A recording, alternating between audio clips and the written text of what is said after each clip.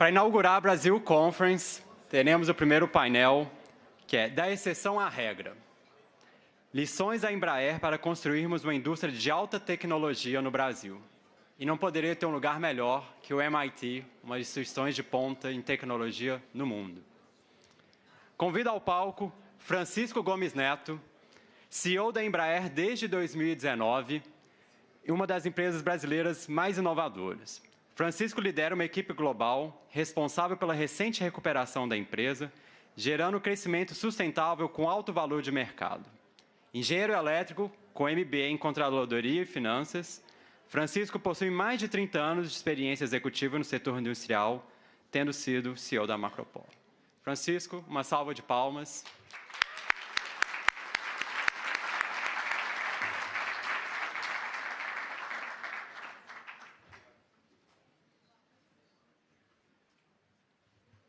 E para moderar essa conversa tão especial, convido ao palco o professor Anderson Correia.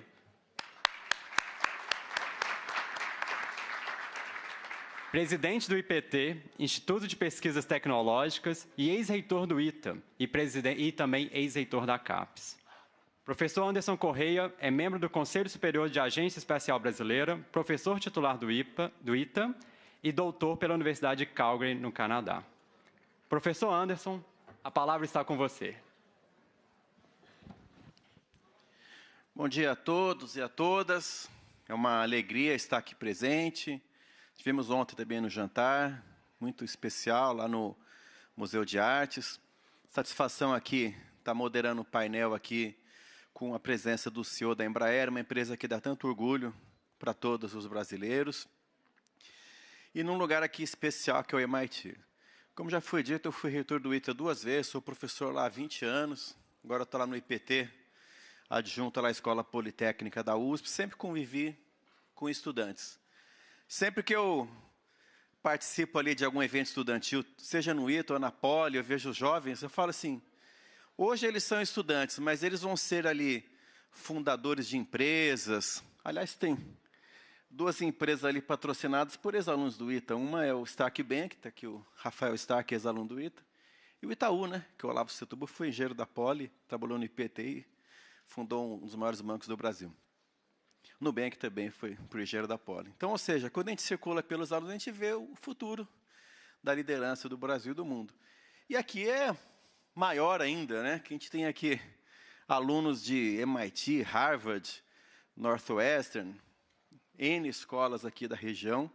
Vocês serão aqui, né? Já são líderes, né? Mas vão estar liderando aí. Então, a gente está circulando por futuros aí, pessoas que vão ter prêmio Nobel, astronautas, talvez um futuro Buzz Aldrin, talvez um futuro Barack Obama, ou para os Estados Unidos ou para o Brasil lá, né? Não para agora para a eleição, mas, né, talvez aí no futuro fazendo a liderança do país. Suceder aqui o nosso senador Cristóvão Buarque, que foi o senador da educação, né? Tem alguém tem que suceder esse mandato ali na Câmara, né? E tem que trabalhar, pensar o futuro do país, e muitos aqui são candidatos para isso, eu acredito. E aqui o painel sobre a Embraer é marcante, por quê? A gente está aqui num local que foi importante para a fundação da Embraer. Eu já começo, então, desafiando aqui o Francisco, que é um presidente de uma empresa que foi criada na esteira do ITA, né? O fundador foi o Osiris Silva, nosso ex-aluno. Tem lá centenas e milhares de oriundos do ITA, inclusive hoje na Embraer. E todos sabem que o ITA foi criado por um ex-aluno do MIT. O primeiro reitor do ITA foi Richard Smith, que foi aqui professor do Aeroastro do MIT. O Marechal Casimiro Montenegro Filho, que é o fundador pela parte brasileira, veio ao MIT em 1943, ou seja, 80 anos atrás, visitou o MIT, achou aqui uma coisa muito bacana, falou, quero fazer algo semelhante no Brasil, que foi o ITA. E trouxe vários professores do MIT e de outras universidades, e o Richard Smith para ser o reitor fundador. E eu começo o painel aqui perguntando para o Francisco, considerando essa origem do ITA e do MIT, você acha que isso impactou a empresa da Embraer? Vocês serem líderes mundiais da tecnologia, gigantes aeronáuticos, competindo com empresas de porte como a Boeing, Airbus, empresas chinesas, russas. Essa liderança global e esse DNA de engenharia da Embraer, tem um pouquinho do MIT também? Bom, primeiro, bom dia a todos. Obrigado pelo convite, né, para a oportunidade de estar aqui participando pela primeira vez da Brasil Conference.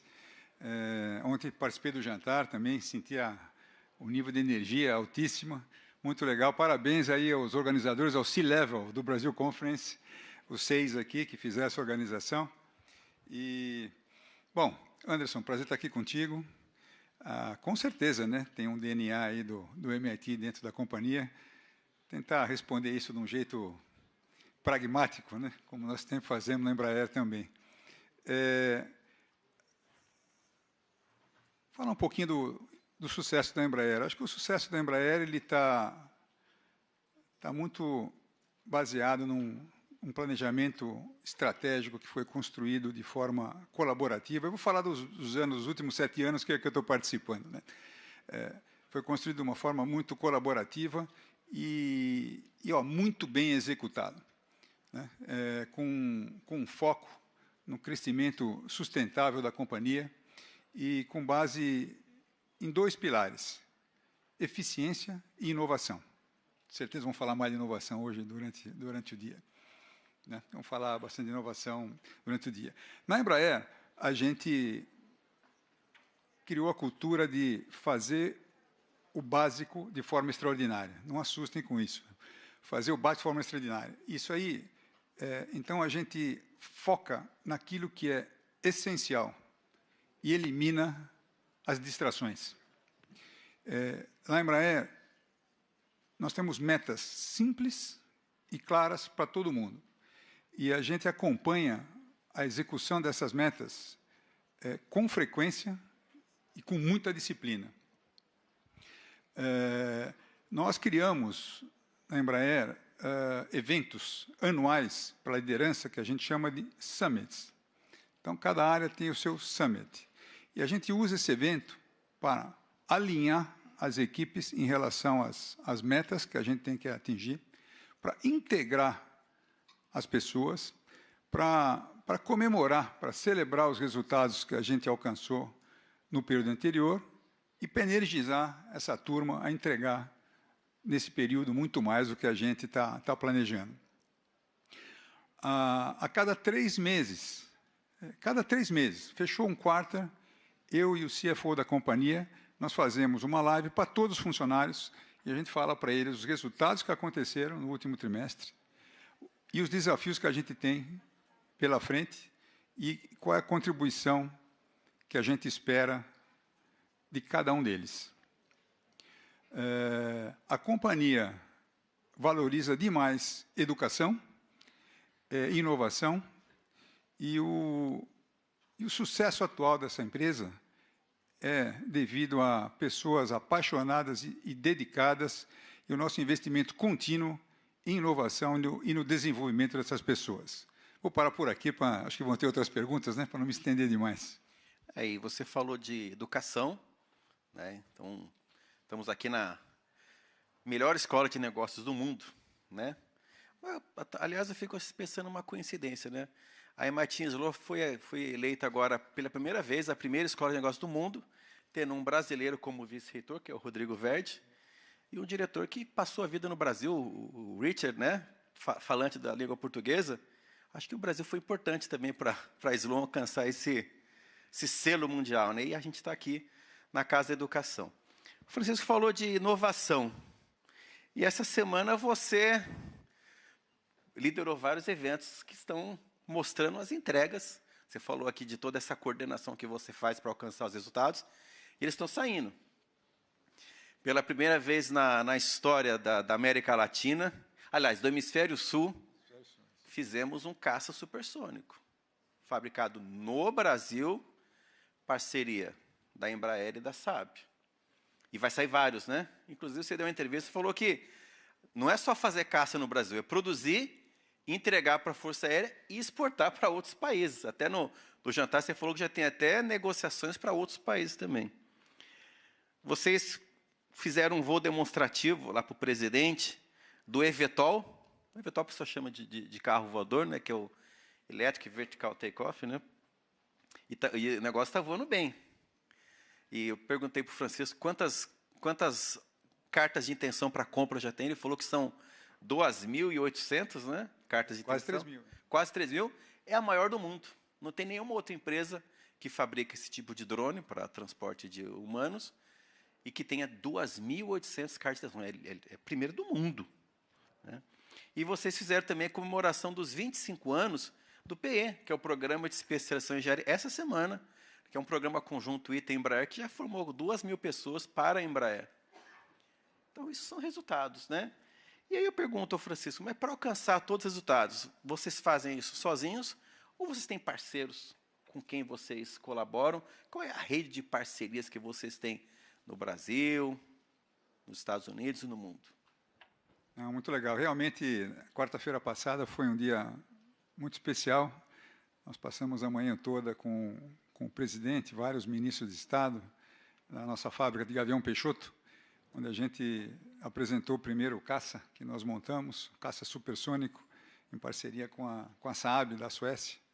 E aproveitamos a oportunidade de levar um presidente e o time para ver o voo do eVTOL, que já fez, acho que 35 voos até agora. Já tinha voado antes em outras ocasiões também, né? Está melhorando cada vez mais. Cada vez mais. Mas deixa eu falar um pouquinho da inovação, chegando depois lá nos parceiros, né? A inovação sempre teve no DNA da Embraer, desde o Bandeirante, né? Que já foi uma grande inovação. Em 68, né? 68, que foi o primeiro produto da Embraer. Na Embraer, a gente tem um verdadeiro ecossistema de inovação. Mas inovação para nós não é inovação só disruptiva, né? Nós vamos desde as melhorias contínuas a cada dia nos nossos processos produtivos até a inovação disruptiva, como o eVTOL, que o Anderson comentou, que é uma aeronave totalmente elétrica, de decolagem e pouso vertical.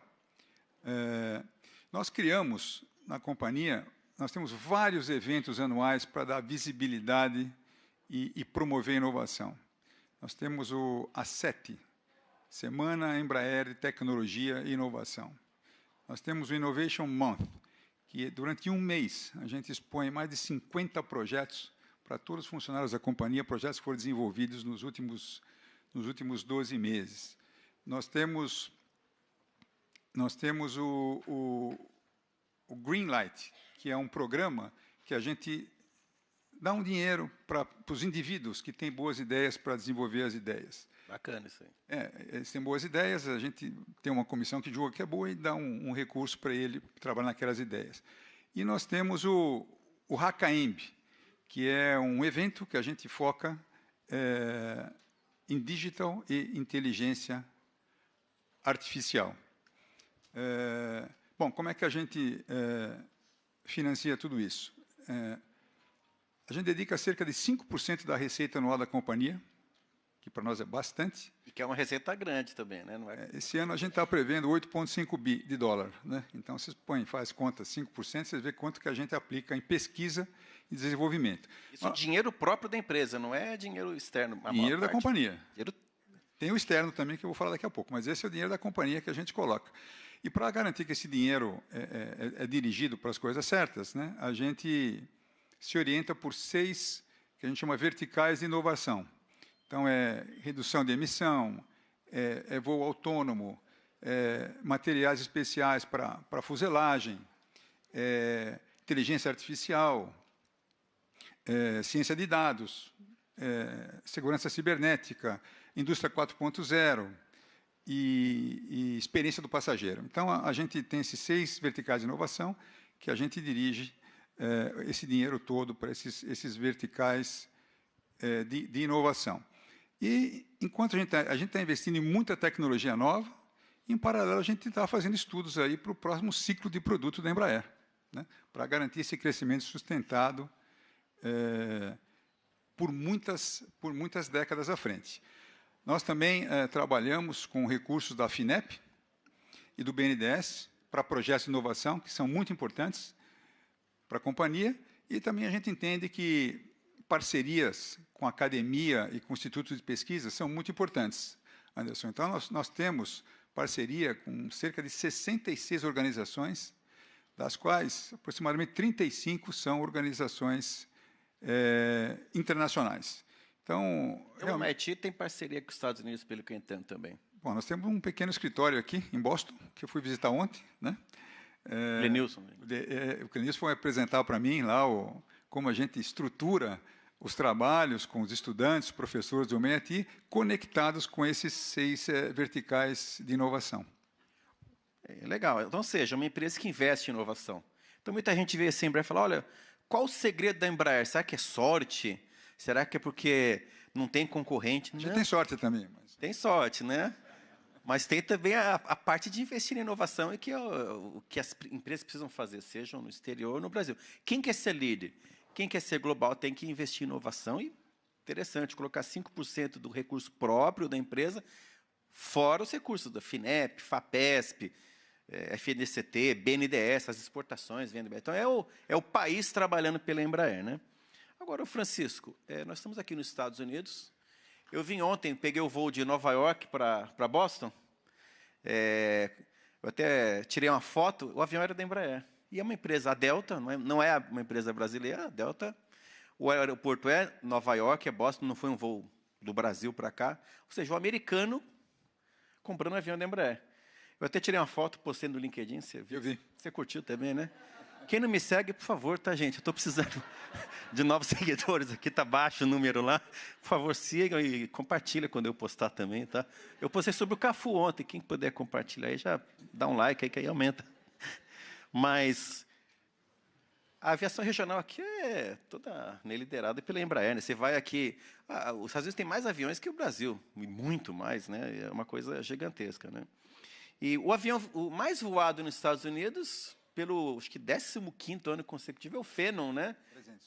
Phenom 300, ele é um avião que é o mais voado em toda a aviação executiva aqui no país, que é o maior mercado consumidor dessa aviação.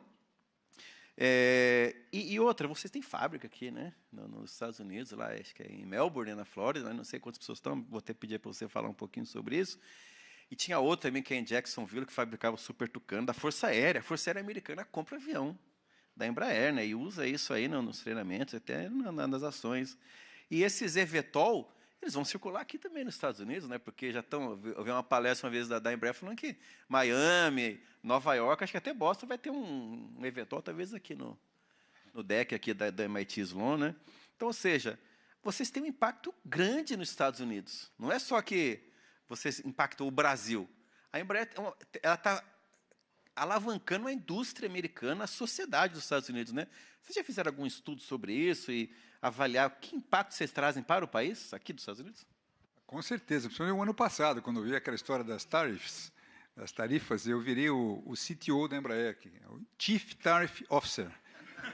Então, eu passei meses não fazendo outra coisa, senão fazendo esses estudos para mostrar a importância da Embraer para os Estados Unidos. E nós temos uma ligação muito grande com os Estados Unidos. A Embraer está nos Estados Unidos há mais de 46 anos. Nós temos, hoje, mais de 2.500 funcionários diretos qualificados e mais de 3 bilhões de dólares em ativos. Esses funcionários muitos americanos, inclusive, né? Muitos. A maioria. Local. A grande maioria são funcionários locais americanos. A nossa empresa é listada na NYSE, na Bolsa de Nova York, há 25 anos.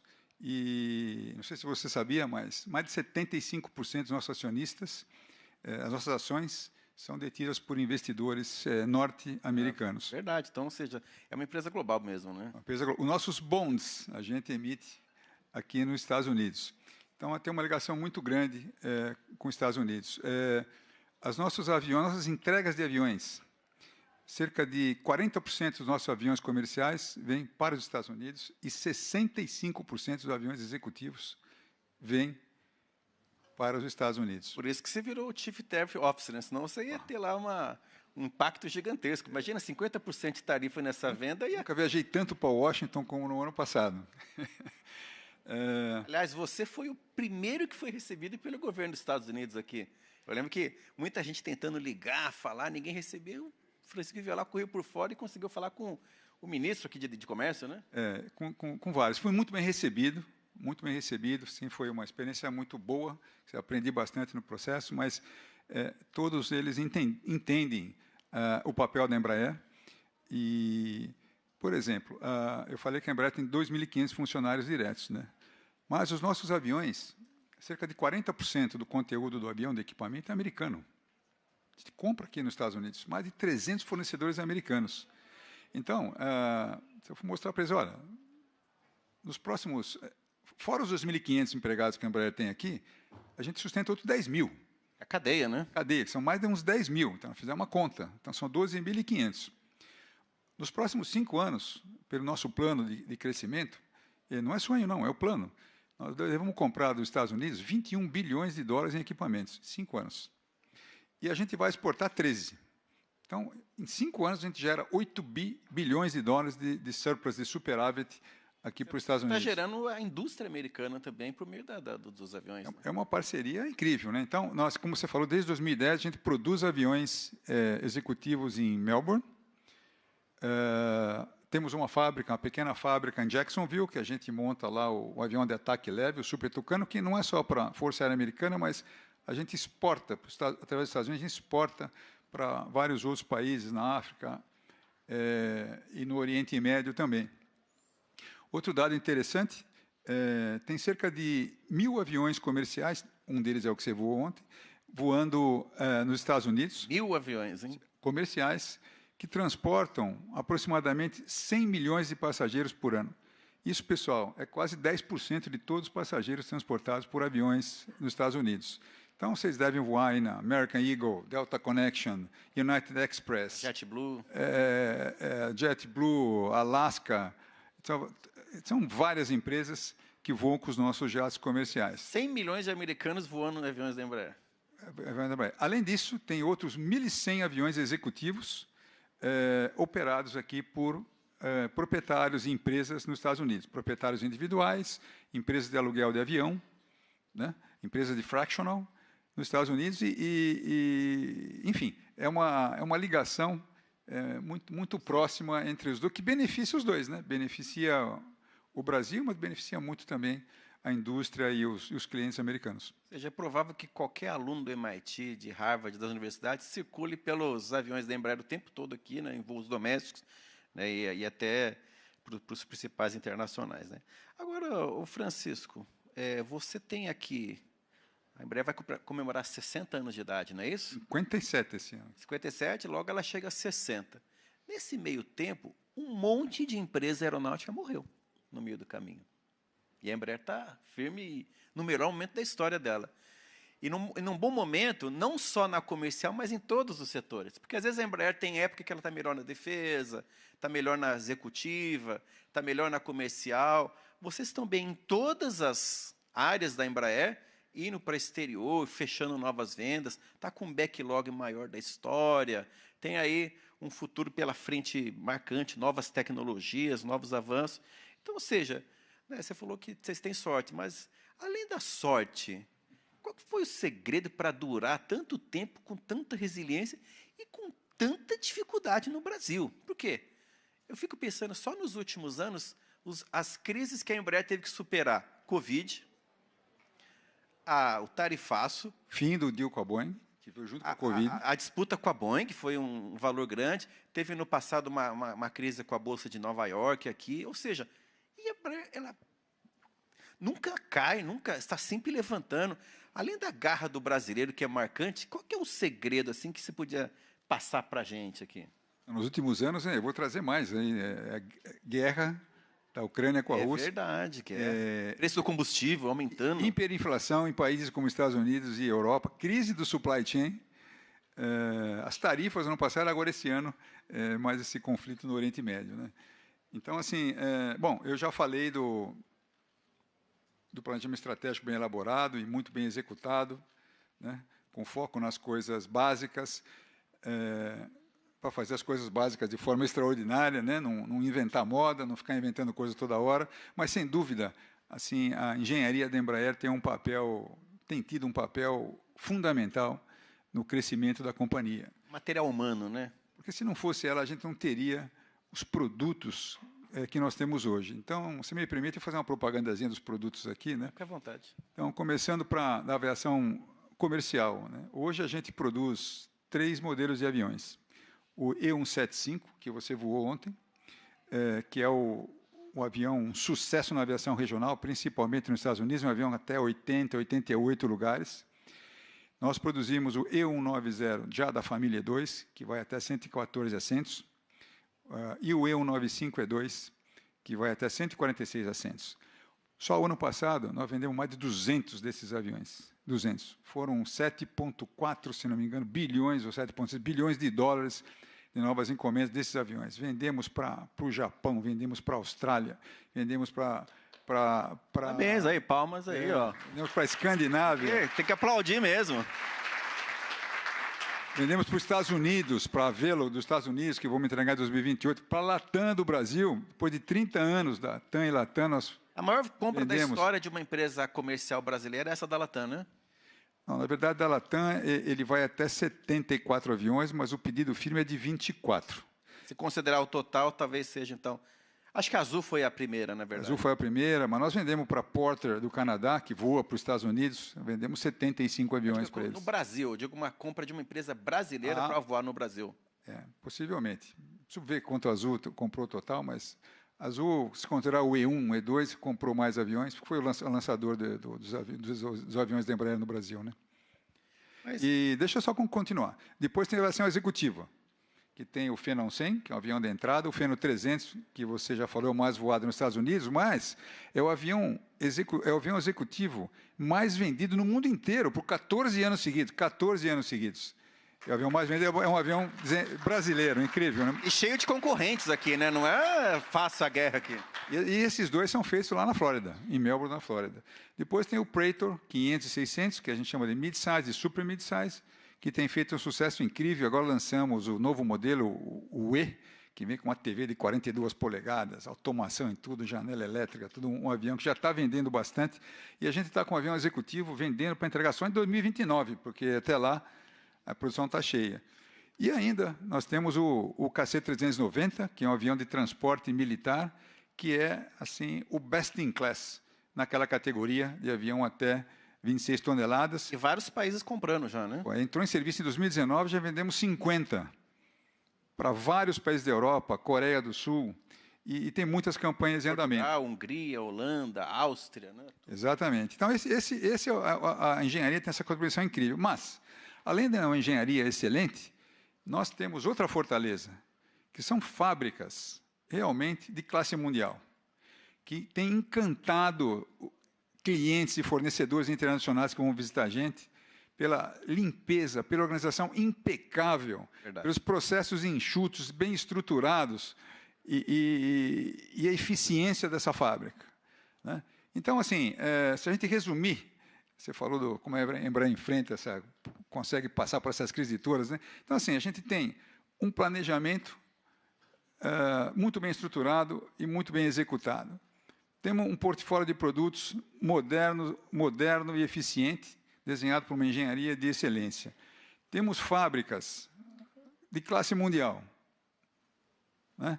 E temos pessoas apaixonadas. Essa é a receita da Embraer de superar as crises. Eu vou anotar aqui, vou postar no LinkedIn essa receita aqui para todo mundo poder acompanhar, né? Fácil, só fazer o básico bem feito que você consegue. Mas tem que ter um bom presidente também, né? Senão, né, a coisa... Muito obrigado. Tem que colocar gente competente, né? Mas o pessoal está me olhando feio aqui. A Marcela fez uma cara tão feia para mim agora aqui. Eu acho que o horário tá se estourando aí. Ah, tá. Tem o tempo. Quanto que está faltando, Francisco? 15 minutos. Tá. Deixa eu falar o seguinte. Mas, ô Francisco, não adianta a gente ficar só se gabando aqui. MIT, Embraer, ITA... O Brasil é muito maior que isso, né? A gente não pode também ficar pensando só na gente. É bacana a gente estar feliz aqui com o futuro da Embraer, com todos os avanços, mas, como dizia Osiris Silva, o Brasil é grande demais para sonharmos pequeno. A gente tem que... Esse sucesso da Embraer, claro que tem empresas que têm também o perfil da Embraer, que investe em tecnologia, que avança. A gente pode falar aqui da WEG, pode falar da Petrobras, da Vale. a Natura, tem bons exemplos, sim. Aliás, tem uma que você preside, inclusive foi a Marco Polo, né? Vou dizer que é a Embraer rodoviária, a Embraer que a Marco Polo exporta para mais de 50 países, né? Aqueles ônibus super modernos, tecnológicos, fica lá no Rio Grande do Sul, né? Então a gente tem bons exemplos. Mas assim, por que a gente não tem assim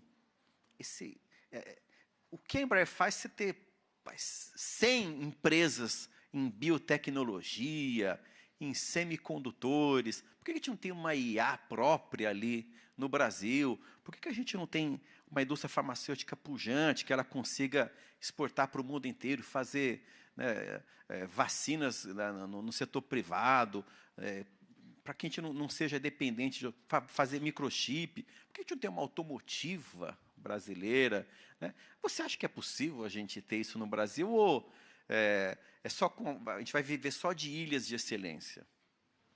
Essa é uma pergunta bem legal. Eu acho possível, sim, o Brasil se aprofundar mais nessas tecnologias, vamos chamar assim, tecnologias estratégicas, né? Anderson, a minha experiência aí com a Embraer, com a Marco Polo, que você citou, e em 2 outras empresas multinacionais alemãs que eu trabalhei, é que essa competência tecnológica ela está ligada a uma visão de futuro, gente qualificada, internacionalização e capacidade de executar. E assim, a gente olhar o Brasil já é uma referência em biocombustível, né? Você dá uma olhada no etanol, no biodiesel, né? Assim, são exemplos. E para a aviação isso é importante, né? E para a aviação também é importante, principalmente agora o SAF, né? Que está sendo muito discutido no Brasil. Você falou de IA, né? Nós temos assim talentos extraordinários em inteligência artificial e software embarcado, que muitos deles já estão sendo cobiçados aí por várias empresas de fora. Então, assim, eu acho que essas tecnologias estão, sim, não estão fora do nosso alcance. Acho que só precisava ter uma decisão, uma escolha estratégica e consistente de longo prazo. Longo prazo, acho que é a palavra que resume a Embraer, né? Porque uma vez eu estava no Japão e falando do ITA, né? Eu era reitor do ITA à época. Aí um japonês, não lembro qual universidade que era, ele falou assim para mim: parabéns ao Brasil. A Embraer criou o ITA para formar os engenheiros para ela, né? Eu não sei se ele não entendeu bem o que eu falei, né? Que eu nem sei se eu falei inglês direito, se ele entendeu também, né? Aí eu falei: sorry, primeiro veio o ITA, depois veio a Embraer. Ele falou: sério? Né? E eu estava falando para ele o tempo que levou isso daí. Como eu disse, o Casimiro veio aqui em 43, trazer o Smith lá para o ITA. O ITA foi criado no Rio de Janeiro em 45. Em 50 foi construído lá em São José dos Campos. A Embraer, o Ziriceu fez o voo do Bandeirante em 68, né? E a Embraer foi criada em 69, né? Quanto tempo levou do Casimiro pisar aqui, vender a ideia, para ter o primeiro voo em 69? 26 anos. Então, assim... Quantos presidentes passaram por esse período lá no país, governos diferentes, tudo? Ou seja, teve uma continuidade, né? Exatamente. Então, acho que o exemplo do ITA é emblemático, né? Ele nasceu com a inspiração dessa parceria com o MIT, mas não copiou o MIT, né? Ele foi um projeto com um propósito de criar capacidade tecnológica própria para o setor de aviação. Fez aplicado para a realidade brasileira. Então, sim, acho que esse modelo, esse aprendizado, esse modelo poderia, sim, ser replicado em outros setores, com o sucesso que teve para a aviação. Então, se a gente olhar, né, o Brasil tem talento, o Brasil tem mercado, né? O Brasil tem talento, o Brasil tem mercado, o Brasil tem bons exemplos. Olha o exemplo aí do ITA. Então, acho que o que está faltando é continuidade. O que está faltando talvez seja ambição tecnológica e líderes, né, do setor público e privado que pensem assim em décadas, não em ciclo curto, né? E aí eu vou fazer uma ligação aqui com esse evento, né? Eu acho que vocês aqui que estão tendo a oportunidade de estudar nessas ilhas de excelência, né, como o MIT, vocês podem sim ser esses líderes do futuro que vão ajudar a construir essa visão de longo prazo para promover o desenvolvimento tecnológico do Brasil em setores estratégicos, assim como foi feito com a aviação. Ou seja, então ele está fazendo um convite para todos aqui, né? Assim como veio o Marechal Casimiro aqui trazer o Richard Smith para ir lá no Brasil, e ele era americano. Imagina, ele largou aqui o país num momento de crescimento, os Estados Unidos, foi para um país que, como dizia o Osiris Silva, na época nem fabricava bicicletas, propriamente dito, e o cara foi lá. Eu lembro que a primeira palestra que ele deu, está na biografia do Casimiro, ele falou assim que o Smith chegou lá em 45, nem tinha Brasília ainda, foi no Rio de Janeiro, e a palestra ele falou assim, Brasil, futura potência aérea. Ou seja, 81 anos atrás. Imagina, hoje dar uma palestra dessa, eu já teria sem ter preocupação. Será futura potência aérea? Não, ele foi 81 anos atrás dar essa palestra. Aí ele falou lá no auditório do Ministério da Educação no Rio de Janeiro, que não era em Brasília, como eu disse, era no Rio de Janeiro. Depois é que o ITA saiu do MEC, mas ia ser criado dentro do Ministério da Educação. Ele falou, não comprem aviões estrangeiros, nem de graça. Vocês têm que fazer os próprios de vocês. Porque se você comprar, você vai ter que ficar mantendo isso daí, avião usado e velho de guerra, aí você tem que fazer os próprios de vocês aí, inclusive para a aviação regional. Mas o mais importante, vocês têm que construir escolas de aeronáutica com laboratório de pesquisa para conseguir dar suporte a essa indústria. Então, ou seja, é uma empresa que... Agora, as pessoas em 45 acreditaram nisso. E aí o Smith foi lá e saiu daqui do MIT, era professor sênior aqui, tem até a foto dele lá no Aeroastro, e ele largou para ir para lá. Então, ou seja, acho que é uma conclamação também para os brasileiros que estão aqui. Acho que esse é o objetivo da conferência também, né? Estimular lideranças que impactem o Brasil também, produzam impacto social, como a Merlin falou, né? Ou seja, o papel da conferência é ter essa visão de levar esse progresso para lá. Agora, Francisco, tem uma área que a Embraer ela atua, que é a área espacial, que a gente não falou sobre isso ainda. Nós temos, todos sabemos que o programa espacial é importantíssimo para qualquer país, ainda mais o tamanho do Brasil, né? Você pega aqui os Estados Unidos, não precisa nem falar, né? A quantidade de lançamento de satélites, centros de lançamento. Eu estive na China, que aprendeu com o nosso programa espacial, só que eles fizeram rapidamente, eles já fizeram mais de 1.000 lançamentos orbitais de satélites. Eles têm 5 centros de lançamento. O Brasil tem 2, né, que é Alcântara e Barreira do Inferno, mas nunca teve um lançamento de sucesso ainda e nunca teve um satélite sendo lançado do Brasil até hoje. Pasmem, né? A Índia já lançou. Cada vez que sai um satélite, um foguete lá, sai com quase 100 satélites. Rússia, Coreia do Sul, Guiana Francesa, lá da França, Kourou. E o Brasil não. O Brasil não consegue lançar satélite, não consegue ter lançador. Ele até faz satélite, mas vai lançar em outro país. Ainda a gente não tem uma indústria espacial. O INPE faz satélite, mas o INPE é do governo. Tem a Visiona, que é do teu grupo aí. Você acredita nesse setor para o país? Você acredita que a gente pode, assim como a gente é uma potência aeronáutica, também ser uma potência espacial? Olha, eu acredito sim.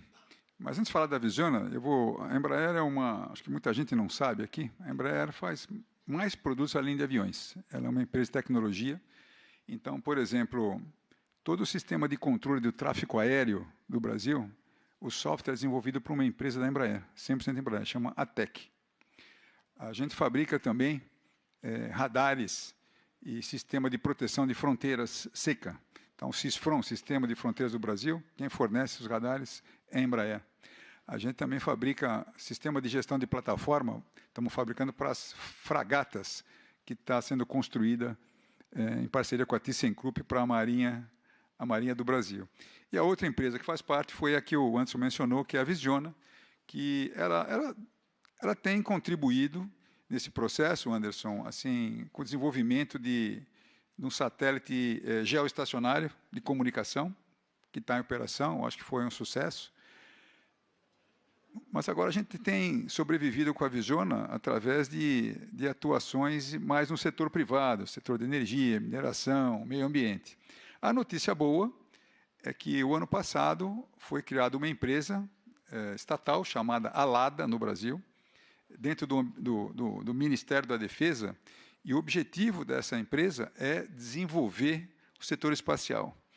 Então, eles querem fazer da Alada uma futura Embraer do setor espacial. Ela começa estatal, vai desenvolver isso e mais para frente pode ser privatizada. E a Visiona vai contribuir com a Alada para tentar acelerar esse desenvolvimento do Brasil na tecnologia espacial. Ou seja, com essa criação de novas empresas e também mais investimento em tecnologia por parte do governo brasileiro, você acredita que a gente tem um caminho também pela frente na área espacial? E, por exemplo, imagina a Visiona, daqui a pouco ela está exportando satélites também para outros países, já está produzindo satélite, né, pode estar exportando, e, inclusive, tem empresas fazendo também lançadores também de satélites no Brasil, né? E essas empresas podem, conjuntamente com a Embraer, entrar num mercado espacial que é gigantesco, né? Muita gente pergunta assim, mas por que o Brasil tem que ter programa espacial, né? Basta olhar. Comunicação, GPS, agricultura de precisão, né? E, assim, a indústria aeronáutica, você preside uma empresa aeronáutica, ela transborda para outros setores também, né? Então, por exemplo, a Embraer tem aviação agrícola. Né? Também tem. E um avião a álcool, né? Então, acho que é o único etanol movido a etanol, né? No mundo, né? Tem aquele astrofísico famoso aqui dos Estados Unidos, que ele sempre produz mídia. Esqueci agora o nome dele, o Neil... Como? Neil deGrasse, isso, Neil deGrasse. Ele fez um vídeo bacana, ele falou assim, você sabia que o Brasil fabrica avião a álcool? Ele falou assim, os americanos, o álcool eles só bebem por enquanto, eles não usam na aviação, né? A gente que faz os dois lá. E a Embraer tem, acho que são 500 aviões Ipanema que já foram vendidos, né? Eu vi uma foto aí com os funcionários em volta, né? E é para aviação agrícola, né? E os drones também têm essa aplicação agrícola. Então, a gente vê que a indústria aeronáutica, além de servir para o próprio setor aeronáutico, ela transborda para outros setores, impactando também a economia, a indústria, né? a agricultura, as comunicações, ela vai assim transcendendo transbordando, né? Que é o que a gente fala bastante, né? Então, ou seja, é o papel que a empresa tem para o país também, né? Não, com certeza. E é um impulsionador de tecnologia e de inovação no Brasil, né? Então, dá para fazer, viu, pessoal? Dá para competir fora do Brasil também. Então, ou seja, você está dando aqui um recado para todos, né? E eu queria, assim, fechar esse tema, né? E convocando, então, os novos... Eu falei do Richard Smith, que foi professor do MIT aqui, foi para lá, né? E você acha que o Brasil pode ser um local ainda para empreender? Você acredita que nós temos ali a chance de repatriar alguns desses daqui, que estão aqui nessa conferência, para trazer... Em termos, você falou de empreendedorismo, novas ideias, inovação aberta, na própria Embraer também, nos futuros projetos. Você acha que há espaço, então, para que eles integrem esse time nosso brasileiro, seja presencialmente, seja à distância também, aqui do próprio território dos Estados Unidos? Então, você acha que o Brasil tem potencial para isso? Com certeza. E ontem foi muito bom, durante o coquetel, aí, conversando com alguns estudantes aqui, né? Eu ainda fiquei mais animado com relação a isso, né? Eu acho que tem sim, e eu vou reforçar esse ponto que eu trouxe. Eu acho que esses estudantes que têm esta oportunidade de estar nessas ilhas de excelência, eles podem sim ser uns drivers para o Brasil acelerar nesse crescimento e desenvolvimento de tecnologias estratégicas. Acho que vocês têm uma missão boa pela frente. Bom, finalizando esse painel, lembrar uma frase de Casimiro Montenegro Filho, né? Ele ganhou o doutor honoris causa lá na Unicamp em 75, e ele deu uma frase que eu vou deixar para vocês aqui, se permitir. Ele falava assim, nunca acreditei em messianismo, eu acredito no trabalho de equipe, né? E para gerar, então, o futuro da sociedade brasileira. Então, ou seja, acreditem em vocês mesmos, no trabalho da União, na cooperação, e o que a gente vê na Brasil Conferência é isso, né? Os 6 co-presidentes ali, uma energia fantástica, né? Uma liderança, e é isso que o Brasil precisa. Então, nós precisamos de vocês, a Embraer é o case de sucesso e falou, venham para o Brasil, venham trabalhar conosco e fazer o futuro do nosso país. Parabéns aí, obrigado pela tua brilhante explanação. Obrigado.